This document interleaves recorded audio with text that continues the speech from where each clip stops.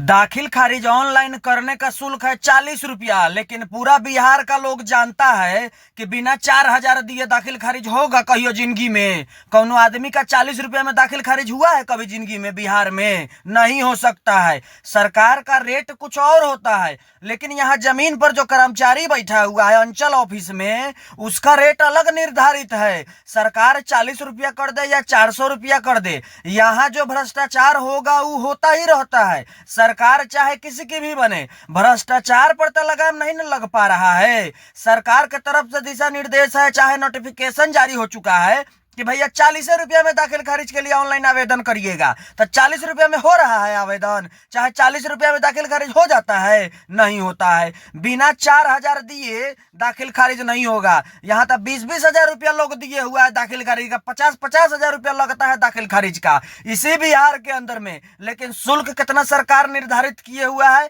40 रुपया। अब आप बताइए कौन आदमी होगा, महापुरुष आदमी होगा बिहार में जिसका 40 रुपया में दाखिल खारिज हो गया? ऐसा पॉसिबल है? नहीं है। तो यही तो समझाने का बात है और समझने का बात है कि भैया कहा तो कुछ और जाता है, लेकिन यहाँ होता कुछ और है। सरकार को इसी पर फोकस करने का जरूरत है कि जो बात कह रहे हैं या जो शुल्क लागू कर रहे हैं उस पर सही से काम हो रहा है कि नहीं हो रहा है। आखिर 40 रुपया में हमको लगता है पूरे बिहार में 40 को दाखिल खारिज नहीं हुआ होगा, जबकि एक एक जिला में 40-40 हजार दाखिल खारिज पेंडिंग पड़ा हुआ है। अब आप समझ लीजिए, 40-40 हजार दाखिल खारिज पेंडिंग पड़ा हुआ है, जबकि ज्यादातर समझिए उसमें से 90% पैसा नहीं देने के कारण पेंडिंग होगा। अगर वही में 2-4-5 हजार 10 हजार रुपये दे दीजिएगा तो आपका चटाक से दाखिल खारिज हो जाएगा जमीन का। लेकिन जब नहीं दीजिएगा तो भैया वही होगा जो लोग का हो रहा है, अटक जाएगा, ऑब्जेक्ट में डाल देगा, कहेगा कि भैया ये चीज नहीं लग रहा है तो ऐसे नहीं हो रहा है, तो एम से नहीं घटेगा, तो ये फलनवा चढ़ गया गलत,